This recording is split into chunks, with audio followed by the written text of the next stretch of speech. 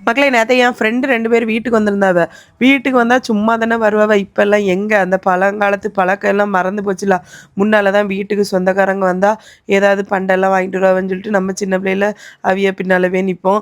அவிய வந்து பண்டத்தெல்லாம் தருவா. கொண்டு அந்தளவு ஓடி போய் பிரிச்சு தின்னுவோம். ஆனா வந்து இப்பல்லாம் அந்த மாதிரி பழக்கங்கள் நாளுக்கு நாள் மாறி போதா. நேத்தைக்கு அவங்க கொண்டு வரும்போது எனக்கே ஆச்சரியமா இருந்துச்சு. எதுக்கு போய் இப்படி வாங்கிட்டு வரீங்க? சும்மா வரவிடாதா அப்படின்னு. அந்த காலத்துலலாம் ஒரு வீட்லேருந்து ஒரு வீட்டுக்கு போம்போது அவங்க வீட்ல விளைஞ்ச காய் கனிகள் அப்புறமா வீட்ல ஏதாவது பண்டங்கள் அந்த மாதிரி போட்டு கட்டாயம் கொண்டு போங்க. உடனே அந்த வீட்டுக்காரங்களும் எங்ககிட்ட இதெல்லாம் இருக்குது நீங்க கொண்டு போறீங்களா அப்படின்னு கேட்பாங்க. உடனே இவங்களும் ஆசையா வாங்கிட்டு வருவாங்க. இதெல்லாம் வந்து குழந்தைங்க பார்த்துட்டே இருப்பாங்களா. குழந்தைங்களுக்கு உடனே ஷேரிங் அந்த இது நம்ம இந்த பண்ட மாற்று முறை மூலமாக சொல்லிக் கொடுக்கும். ஆனா இப்போ உள்ள காலகட்டத்தில் நம்மளே கொடுக்க யோசிக்கும். அப்ப நம்ம குழந்தைங்க கொடுப்பாங்களா?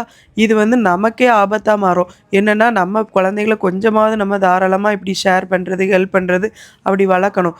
ஏன்னா அவங்க அப்புறம் நமக்கு உடம்பு சரியில்லாத இருக்க டைம் நமக்கு ரூபா செலவு பண்ணுறதுக்கு யோசிக்கிற மாதிரி நிலமையில இருக்காங்க. நம்ம எதுக்கு இவ்வளோ ரூபா செலவு பண்ணி காப்பாற்றணும் அப்படின்லாம் யோசிப்பாங்க. அதனால சின்ன பிள்ளையிலேயே ஷேரிங் அந்த மாதிரிலாம் கொண்டு வரணும்.